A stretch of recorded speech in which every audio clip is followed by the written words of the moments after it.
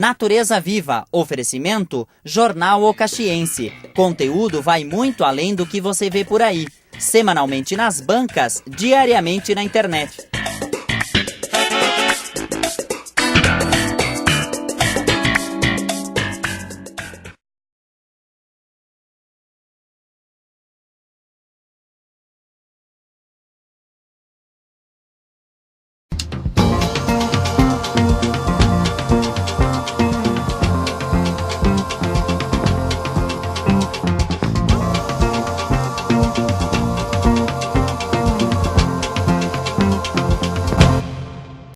Olá! Nesta edição do Natureza Viva, vamos acompanhar uma reportagem especial que mostra como nos alimentarmos de forma saudável.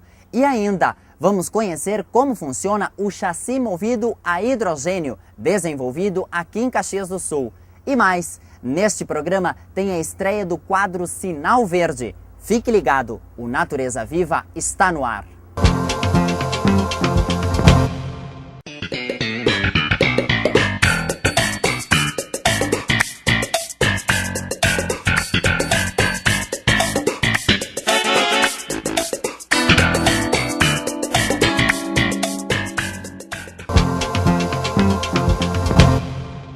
Estamos no verão e os cuidados com a nossa alimentação devem ser reforçados. Vamos entender mais sobre este assunto com a nutróloga Daniela Capes. No Natureza Viva de hoje, vamos bater um papo sobre cuidados com a alimentação. Afinal, cuidar da saúde também é cuidar do meio ambiente. Daniela, o que seria um cardápio saudável? Eu prefiro começar te respondendo essa pergunta, Larissa, falando de modo geral, quais são os principais grupos alimentares, que isso é o que vai determinar que a pessoa tenha uma alimentação saudável. Então, a gente poderia dividir os alimentos em 3 grandes grupos. O grupo dos alimentos construtores, que ele é representado, por exemplo, pelas carnes, pelos laticínios, pelos ovos, pelas leguminosas, que são o feijão, a soja, a lentilha, a ervilha, entre outros. Que esse grupo específico de alimentos vai ser responsável por dar forma ao nosso corpo, por ajudar na formação de ossos, de músculos, de órgãos, do próprio sangue, né? Vai participar também da formação de anticorpos, que são agentes de defesas fundamentais para a nossa saúde e bem-estar. Então, esse seria o grupo dos alimentos construtores. A gente tem também o grupo dos alimentos energéticos. Energéticos, eles vão ser, a grosso modo, o combustível para a gente realizar todas as nossas atividades. Agora nós estamos aqui conversando, por menos esforço que a gente esteja fazendo, a gente está tendo algum consumo de energia. Então, esses alimentos energéticos é que vão nos fornecer esse combustível. Eles são representados pelos pães e os outros farináceos em geral, por alguns cereais como arroz integral, cevada, aveia, a própria granola, pelos açúcares e os doces, incluindo o mel, e também representado pelas gorduras, né? Como, por exemplo, o óleo que a gente usa na preparação dos alimentos, próprias margarinas, manteigas, enfim. E os alimentos reguladores também são de fundamental importância, porque eles vão participar de várias reações químicas do nosso organismo. Pela manutenção da saúde da nossa pele, dos nossos cabelos, também tem um papel importante na manutenção da nossa imunidade. E os alimentos reguladores, eles são representados pelas frutas e pelas verduras. Então, para a gente ter uma alimentação equilibrada e saudável, melhor dizendo, a gente tem que ter uma ingestão regular de todos os alimentos desses 3 principais grupos. Interessante, Daniela, é a questão da quantidade também dos alimentos, né? Hoje é muito comum nós comermos, por exemplo, alimentos com muito sal. Qual a importância do sal e também o perigo? O sal, ele é a nossa principal fonte de sódio, que é um eletrólito que está presente na regulação de várias funções orgânicas. É claro que o sal em excesso, ou melhor, o sódio presente no sal em excesso, vai trazer uma série de consequências, né? Entre elas, a mais comum, que é o próprio desencadear de hipertensão arterial sistêmica. Uma das causas pode ser o abuso da alimentação rica em sal. pode desenvolver quadros de desequilíbrio hídrico também, de mau funcionamento dos rins, com retenção de líquido, edema e uma série de consequências para pacientes que têm algumas patologias, como doenças renais ou doenças hepáticas também. O uso do sal não é proibido, mas tem que ser desencorajado, né? Então, o sal em excesso, mesmo para a pessoa que quer manter a sua saúde, não para a pessoa que já está doente, ele tem que ser usado com muita cautela. E esse é um dos principais problemas que hoje a gente escuta, né? A medicina falar a questão do sal, principalmente porque ele está muito presente na conservação dos alimentos. Então, tem que se priorizar alimentos mais naturais?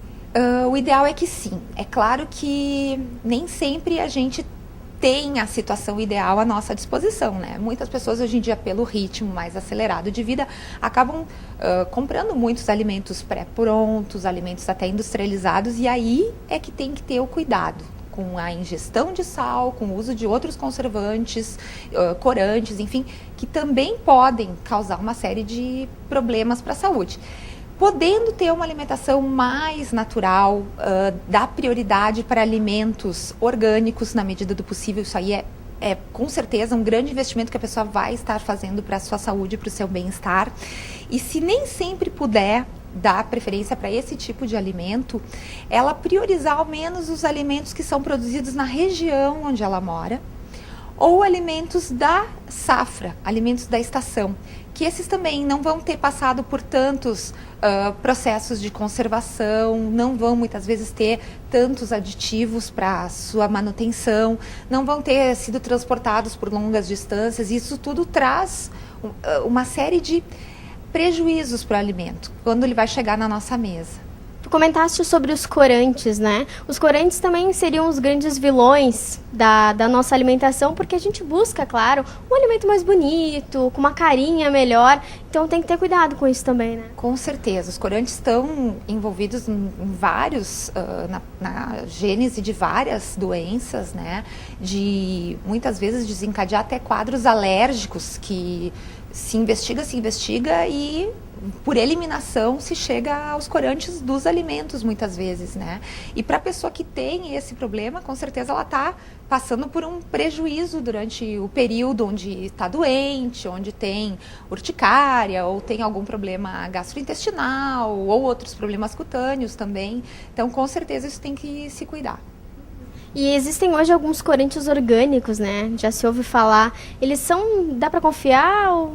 Isso existe há muitos anos. Os corantes naturais e orgânicos, eles podem ser consumidos, até a culinária asiática e até a culinária do norte, nordeste do Brasil usa muito esses corantes e pode consumir, né? Mas também, muitas vezes aqui na nossa região, a gente não vai ter um acesso tão disseminado a isso, né? Então, acho que tem que adequar também a ingestão ou o que a pessoa vai consumir ao lugar onde ela mora e ao ritmo de vida dela. Ou seja, é importante conhecer, né, o que está sendo produzido aqui na redondeza. Interessante. O que seria o mais indicado nessa época que é muito quente, o nosso verão aqui, para consumir, para deixar a gente ainda mais saudável na estação? Nessa época, claro que alimentos que são muito quentes, por exemplo, sopas, caldos muito quentes, eles não vão apetecer por causa do próprio calor que a gente está vivenciando, né? Não quer dizer que a pessoa não possa ou não deva comer uma sopa, né? Mas ela não vai ter o mesmo prazer do que ela vai ter no inverno, né? Então, acho que o cuidado com a temperatura dos alimentos que a pessoa está ingerindo, com a maneira como eles são preparados também é importante, né? Não quer dizer que porque está calor a pessoa vai comer só sorvete e tomar picolé. Também não. Eu acho que ela deve continuar comendo todos aqueles grupos alimentares que a gente falou antes. Então, alimentos construtores, alimentos energéticos e alimentos reguladores, né? Pode dar uma prioridade ou consumir mais, então, porções dos alimentos reguladores, que são as frutas e verduras. Só que a gente vê na prática que, por causa do verão, muitas vezes as pessoas têm também a ânsia, o desejo de emagrecer, e aí elas acabam abusando dos alimentos reguladores. Então, fazem uma dieta de frutas e verduras exclusiva. Isso também é prejudicial, Porque uma dieta, por exemplo, com frutas e verduras, para a gente fazer uma desintoxicação num período que teve um consumo de alimentos assim mais acentuado, tipo festas do final do ano. Isso a gente pode fazer durante no máximo 2 dias.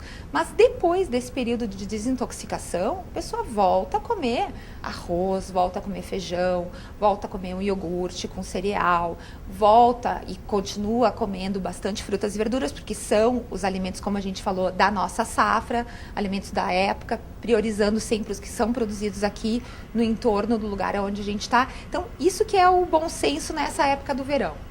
Importante ressaltar, né, Daniela, que não se deve deixar de consumir nenhum tipo de alimento, que isso até inclusive pode prejudicar uma dieta, né? Com certeza. Muitas vezes a pessoa que tem como objetivo emagrecer não consegue alcançar esse resultado pela própria carência energética, ou às vezes compensa ingerindo outros alimentos que não são tão benéficos para a situação dela.